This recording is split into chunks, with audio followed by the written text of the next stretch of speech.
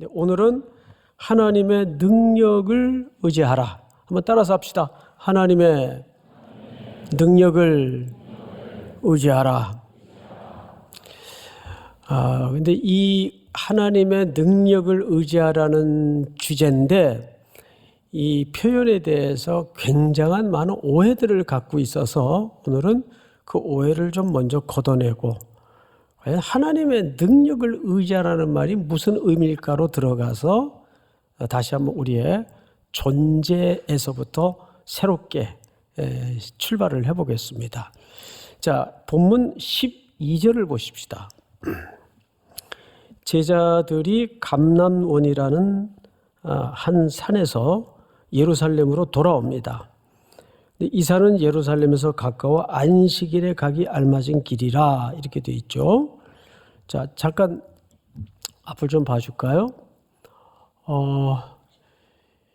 여러분, 지난주는 예수님이 승천하시면서 너희는 예루살렘에 모여서 약속하신 것을 기다리라 그랬어요. 그렇죠? 기억나죠? 약속한 것을 기다리라. 그래서 우리가 무조건 들고 뛰고 나가서 일하는 게 중요한 게 아니고 하나님이 뭔가를 약속을 하셨는데 그것과 더불어 우리가 사역을 해야 돼요. 근데 오늘 보니까 그 승천하신 현장인 감람원이라는 산에서 제자들이 이제 돌아옵니다. 근데 이때가 안식일이라서 안식일이 시작이 됐단 말이에요. 일정한 거리밖에는 걸을 수가 없어요. 그 사람들은 지금도 안식일 날에는 엘리베이터 버튼도 안 눌러요. 그래서 호텔 같은 데 가면 안식일용 엘리베이터가 따로 있어요. 저절로 열려요. 이것도 일하는 거예요. 그러니까 안식일을 그 정도로 철저히 지킵니다. 뭐 이게 좋을 수도 있고 나쁠 수도 있는데 어쨌든 13절을 볼까요? 들어가 그들이 유하는 그러니까 아마 일정 기간 어느 집 다락방에서 묵었던 것 같죠? 다락방으로 올라가니 잠깐 이 부분도 설명이 좀 필요한데 유대인들은 율법에 기초해서 중요한 몇 가지 법이 있어요. 첫째 유명한 법이 정결법입니다. 그래서 집집마다 입구에 돌 항아리가 있어서 물을 담아놓고 밖에서 외부 손님들이나 집안 사람들이 들고 날 때 거기에 물로 반드시 발을 씻어요. 손을 씻어요. 그래서 모든 외부에서 얼룩지고 더러워졌던 것을 씻는다. 이게 정결 예법입니다. 그리고 또 못지않게 중요한 게 나그네 환대법이라고 있습니다. 그래서 유대인들은 자기 마을에 뭐 청파동이면 청파동에 거린이나 노숙자가 발생하면 수치로 알아서 반드시 거리에 노숙하는 사람이 없도록 어느 집이든 그 집으로 영접을 해서 묵게 해야 됩니다. 이게 공동체의 명예예요. 근데 만약에 아무도 그를 받아주는 이 없어서 그가 노숙을 하게 되면 그 마을에 수치로 여길 정도로 이 환대법은 중요합니다. 집집마다 다락방이 있어요. 소위 오늘식으로 얘기하면 게스트룸이 됩니다. 저희 교회도 선교사님들이 묵도록 그 게스트룸을 운영하지 않습니까? 우리 교회가 게스트룸이 있어요. 모르셨나요? 저 디관에 가면 그 4층인가에 선교사님들이 묵을 수 있도록 게스트룸을 마련해 놓고 있습니다. 원래는 이 건물에도 있었는데 3개 정도의 룸이 있었는데 너무 공간이 협소한 나머지 지금 그 게스트룸 운영을 디관으로 옮겼어요. 조금 옹색하죠. 그래서 이제 A관에 건물을 지으면 거기에는 조금 여유 있게 게스트룸을 소위 다락방을 준비하려고 합니다. 제자들이 이 게스트룸에 이제 묵게 된 거죠. 자, 그런데 명단이 등장을 합니다. 이 명단은 누가복음 6장에도 이미 누가가 소개했을 정도로 순서만 바뀌었지 일치하는 명단입니다. 11명이 소개되죠. 여기에 등장하는 유다는 가롯인 유다가 아니에요. 다른 유다죠. 그 사람은 이미 삭제가 됐습니다. 그런데 그러니까 한 명이 결혼이 생겼으니까 모두 11명이 되겠죠. 11명의 명단이 새롭게 작성이 됩니다. 왜 이 명단을 썼을까요? 이런 이유 때문입니다. 이제 이들을 통해서 하나님이 새 일을 시작한다 그 뜻이에요. 이들을 통해서 하나님이 새 일을 시작한다. 정부가 새로 출범할 때도 어떻게 하죠? 이제 장관들 또 비서관들 새로운 명단이 쫙 발표되지 않습니까? 이제 그런 식입니다. 그러니까 이 맥락적인 느낌은 이런 거죠. 이제 무언가 이들을 통해서 하나님이 새로운 일을 시작하시려고 한다라는 선포요 메시지입니다. 자, 그러면 도대체 무슨 일? 자, 누가복음 22장을 좀 띄워주세요. 잘 들으세요. 너희는 나의 모든 시험 중에 항상 나와 어떻게 한 자들이에요. 함께 한 자들이에요. 함께.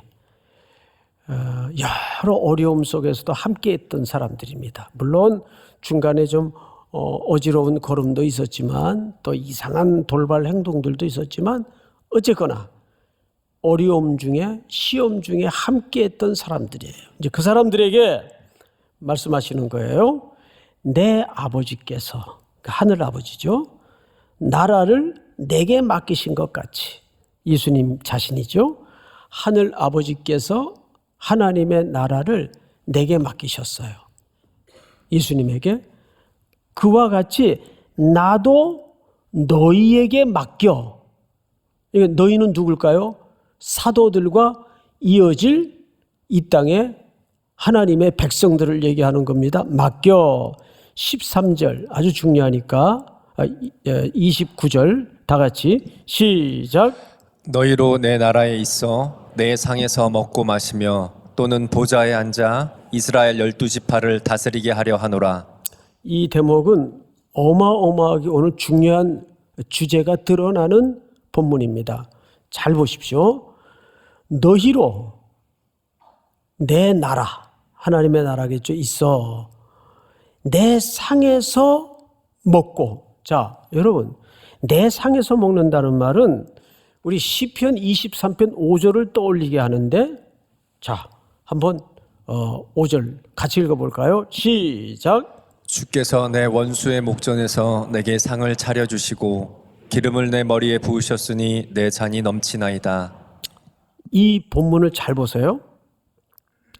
주께서 이제 순례자의 순례가 다 마쳐진 후에 주께서 내 원수의 목전에서 내게 뭘 차려주세요? 잔치상, 밥상이란 얘기예요. 상을 차려주세요.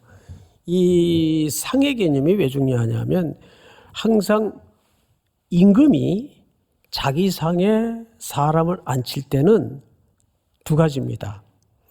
내 자녀가 된다는 뜻이고 동시에 내 나라의 상속자로 앉힌다는 뜻이에요. 다시요. 내 자녀가 되는 동시에 내 나라를 뭐 하는 자로? 상속자로 부르신다는 뜻이에요. 자, 그 다음에 오늘 누가복음 22장 28절을 다시 돌려보세요. 28절. 내 아버지께서 나라를 내게 맡기신 것 같이 나도 너희에게 맡겨 그랬어요. 여기 맡겨라는 말은 맡긴다니까 이렇게 오해를 합니다. 아, 누구를 부려먹을까? 너 호선해가지고 이 일 좀 해. 마치 일꾼에게 일을 맡기듯 부려먹으려고 일을 시키듯 이런 개념이 아니에요. 다음 절 넘겨볼까요? 너희로 내 나라에 있어 내 상에서 먹고. 그러면 하나님의 상에서 먹는다는 말은 시편 23편 5절을 기초로 했을 때 무슨 뜻이라고요? 내 자녀로 부르시면서 동시에 내 나라를 어떻게 할 자예요? 상속받을 자예요. 그러니까 놀랍게도 여기에서 우리가 새로운 인식으로 들어가야 되는 게 뭐냐 하면, 일꾼이 아니라 뭐구나? 일꾼이 아니라 상속자구나. 일꾼하고 상속자하고 같아요, 틀려요? 다릅니다. 그건 다른 문제예요. 우리가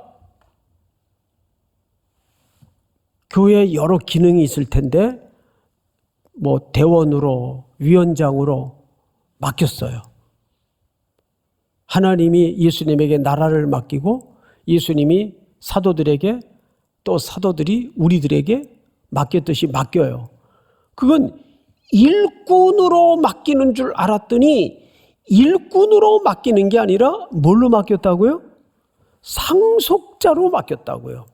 그러면 상속자에게 당연히 잃어버리지 말아야 될 그 일을 맡은, 명분상으로는 일을 맡았지만 본질은 뭘로 맡은 거예요? 상속자로 맡은 거예요. 그러면 당연히 오늘 본문을 보니까 내 나라에 있어 내 상에서 먹고 마시며 라는 표현이 있어요. 먹고 마신다는 말은 무슨 뜻일까요? 따라서 합니다. 누림. 예. 그 일을, 그 맡긴 것을 누리도록 하는데 하나님의 초점이 있다는 거예요. 누려라. 여러분, 일꾼으로 일을 하면 그냥 밥벌이밖에 안 돼요. 그런데 그 일을 내가 하나님께로부터 맡았지만 일꾼으로 맡은 게 아니라, 월급쟁이로 맡은 것이 아니라 내가 누림으로, 상속자로 맡았다면 그것을 누릴 수가 있는 거예요. 따라서 합니다. 존재에서 사명이 나온다. 참 멋진 말이죠? 다시 한번. 존재에서 사명이 나온다. 믿습니까? 나는 상속자였구나. 그러니까 이 일을 누가 시켜서 하는 차원이 아니란 말이에요.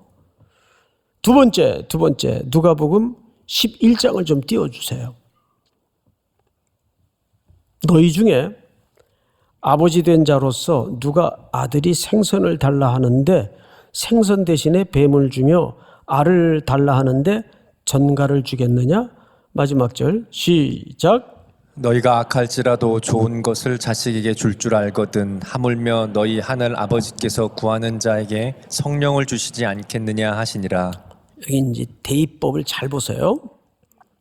너희가 악한 악당도 좋은 것을 자식에게 줄 알아요. 그런데 이것과 뭘 유비시켰는가 하면 하늘 아버지께서 구하는 자는 상속자요, 자녀를 얘기하는 거예요. 자에게 뭘 주시지 않겠느냐? 성령. 그럼 여기서 말하는 좋은 것은 곧 뭘 가리키는 걸까요? 성령님을 얘기해요. 비교급으로 안 썼죠. 이건 비교급으로 쓸 이유가 없는 게 유일한 거니까, 고유한 거니까. 이건 비교급을 쓸 수가 없어요. 여럿 중에 최고를 얘기할 때는 가장 좋은 것 이렇게 표현하지만 그냥 좋은 것은 유일한 거예요. 유일한 것. 자, 악할지라도 좋은 것. 근데 이 좋은 게 뭔가 봤더니 성령님을 얘기해요. 자, 지금부터 이 성령님에 대해서 여러분들이 가지고 계신 오해를 좀 먼저 걷어내고 본론으로 들어가도록 하겠습니다. 성령님이 우리에게 소개되거나 가르쳐질 때 이런 아류의 설명들을 많이 들어왔어요. 하나님께로부터 나오는 어떤 파워 정도로 성령님을 이해하는 분들이 더러 있어요. 아닙니다. 성령님은 삼위 하나님 중에 한 하나님이세요. 믿습니까? 그 성령님이 내 안에 내주하시는 거란 말이에요.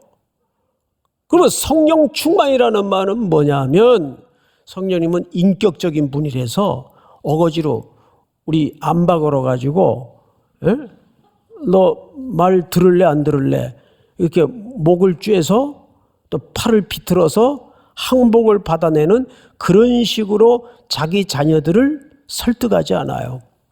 기다리세요. 왜? 우리를 존중하는 차원에서보다는 사랑의 대상이기 때문에. 그래서 여러분들 그렇게 가끔은 이제 뺀들거리고 말 안 듣고 그래도 억지로 안 해요. 어떤 위험한 지경까지 갈 때는 강제적인 방법을 사랑하시기에 쓸 수는 있는데 보편적으로 기다리세요. 왜? 우리를 인격적인 대우를 하시면서 동시에 사랑의 대상으로 삼기 때문에. 사랑은 기다리는 거잖아요. 자, 그래서 성령 충만이라는 것은 완전히 내 의지를 비워내고 그분이 내 안에서 마음껏 역사하시도록 주권을 내어드리는 태도를 성령 충만이라고 하는 겁니다. 그래서 성령 충만이라는 개념은 양적인 개념이 아니라 지배 개념이라고 말씀을 드렸어요. 맞죠, 여러분? 내가 얼마나 그분께 지배당하느냐. 자, 시편 23편 1절을 한번 띄워주실까요? 시작! 여호와는 나의 목자시니 내게 부족함이 없으리로다. 여러분, 이 1절의 선언이 얼마나 어마어마하게 중요하냐 하면 여기에서 이미 주가 누구고 종이 누군지가 관계 설정이 이미 전제됩니까? 안 됩니까? 전제되는 거죠. 양이 배웠죠? 초근시에다 다리도 짧고 한번 길을 잃으면 못 돌아와요. 자기 스스로는 목자가 찾으러 가야지. 그만큼 아둔하고 성질도 급한 데다가 아주 까다로운 존재예요. 근데 그 양이 왜 부족함이 없으리라고 고백을 하는지 아십니까? 양은 철저히 목자의 뒤만 쫓아갈 때 가장 안전하고 가장 완전한 겁니다.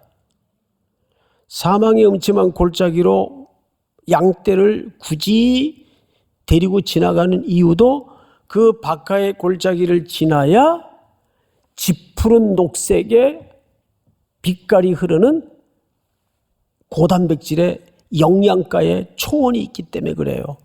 그 꼴들을 통해서 피로, 살로, 뼈로 양분이 전달이 돼서 가장 튼튼해지는 기간이면서 무서우니까 이놈들이 목자와 가장 밀접해지는 시간이 또한 어둠의 골짜기, 사망의 골짜기를 지나는 시간이에요.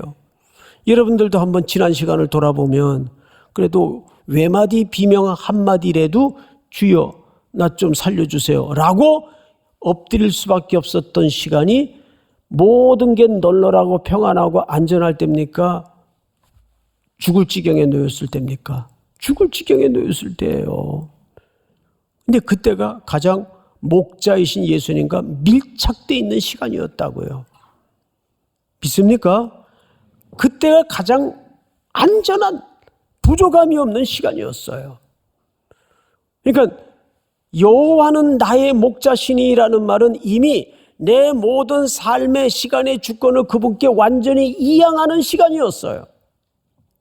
믿습니까? 자, 그 다음에 14절을 한번 볼까요? 이제 마지막 절인데 여자들과 예수의 어머니 마리아와 예수의 아우들, 예수 가족들을 얘기하는 거예요. 더불어 마음을 같이하여 오로지 뭐에 힘썼다고 되어 있습니까? 기도에 힘썼다. 자, 여러분 이제 앞을 보세요. 왜 마무리가 기도로 끝이 날까요? 여러분 마가의 다락방에서 그들이 기도에 전념하고 있을 때 뭐가 임하십니까? 성령님이 임하시는 거예요. 공동체 안에. 우리가 기도라는 것은 자칫 이런 식으로 기도를 오해할 수가 있는데 내가 기도하니까 하나님이 들어주셨다. 이런 기반으로 이해를 하면 기도는 조건이 되었고 이미 그 사람에겐 기도가 행위가 됩니다. 율법이 됩니다. 기도는 왜 하죠?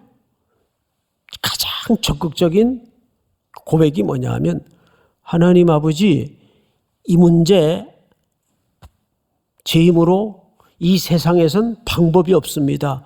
주님만이 방법이십니다를 가장 적극적으로 표현하는 태도가 기도예요. 믿으십니까? 그러면 이 기도는 우리에게 더 나아가서 이제 적용거리를 하나 던져줄 수밖에 없는, 제가 영시 예배 때 오늘 이 사회 중독 문제에 대해서 말씀을 드렸어요. 중독. 꼭 마약 중독만이 중독이 아니죠. 마약 못지않게 심각한 일상의 중독들이 여러분 오늘 현대 젊은이들에게 얼마나 많은지 아세요? 사람에게 중독, 스마트의 중독, 또 자기 습관의 중독, 많은 중독에 자기도 모르게 매여져 있어요. 자, 이 중독의 문제는 우리가 좀 심각하게 오늘 적용 겸 한번 고민을 해야 되는데, 글을 한번 띄워주세요. 중독에서 자유로워지려면 이라는 글 속에 있는 인용구인데, 공허함을 채우기 위해 예수 그리스도 이외에 다른 것에 의지한다면 포로가 되도록 자신을 노출시키고 있는 것이다. 그것은 첫째, 신속한 만족을 주어 뭐가 되게 만들죠? 결국 습관이 되게 만들어요. 그래서 마약이 무서운 거예요. 습관이 되면, 그 다음으로 그것이 습관이 되면 그것을 점점 더 많이 갈망하게 돼요. 그 습관은 한계가 있잖아요. 그 만족이 사라지면 더 센, 더 강력한 만족을 자꾸 찾게 돼요. 그게 중독 현상이 나타나는 거죠. 점점 더 많이 찾게 된다. 그런 다음에 평안함, 여유로움, 좌절감, 분노 전부 해소가 되겠죠? 삶의 어려움에 벗어나고 자신과 타인으로부터 은신처를 얻고 스트레스를 완화하고 무감각하게 되기 위하여 이런 것들을 의존하게 될 때 당신은 이미 어디에 갇히게 됩니까? 중독이라는 감옥에 갇히게 되는 거예요. 그래서 여러분, 이것을 가장 근절할 수 있는 원초적인 방법이 뭐냐 하면, 모든 주권을 그분께 드리는 가장 적극적인 기도의 자리를 정기적으로 갖는 일입니다. 제가 최근에 무슨 책을 읽다가 그 출판사 이름이 어디서 듣도 보도 못한 출판사예요. 바람이 불어오는 곳. 보니까 어디서 많이 듣던 표현인데, 김광석의 노랫말에서 들었어요. 그 말을. 바람이 불어오는 곳. 근데 그 글을 보니까 띄어쓰기를 안 해놨어요. 바람이 불어오는 곳. 알고 봤더니 이 출판사 사장이 누군지는 모르겠는데 그걸 고유명사화해서 출판사 이름을 만든 겁니다. 근데 그 바람이 불어오는 곳이라는 표현이 너무너무 좋아요. 거기가 바람을 일으키는 진원지라는 뜻 아니에요? 진원지? 그리고 우리 삶을 진짜 새로운 동력을 만들어내고 그 얽매였던 모든 삶으로부터 자유케 하는 바람이 불어오는 곳, 무슨 자리일까요? 그게 기도의 자리예요. 기도의 자리. 결론, 우리가 진짜 자유로워지려면 성령을 내 안에 채운다고 되는 문제가 아니라 이미 성령님은 내 안에 내주하셔요. 문제는 우리가 나 자신을 그분 안에 던지질 못하는 겁니다. 믿습니까? 이 말씀이 여러분 2023년을 새롭게 시작하는데 두 번째, 하나님의 능력을 의지하라는 말은 그분의 능력을 월급 받듯 이렇게 받아서 쓰라는 그런 개념이 아니라 맡기는 개념이에요. 할렐루야. 이 순종이 한 해 여러분들의 일상에 큰 고백이 되기를 축복합니다.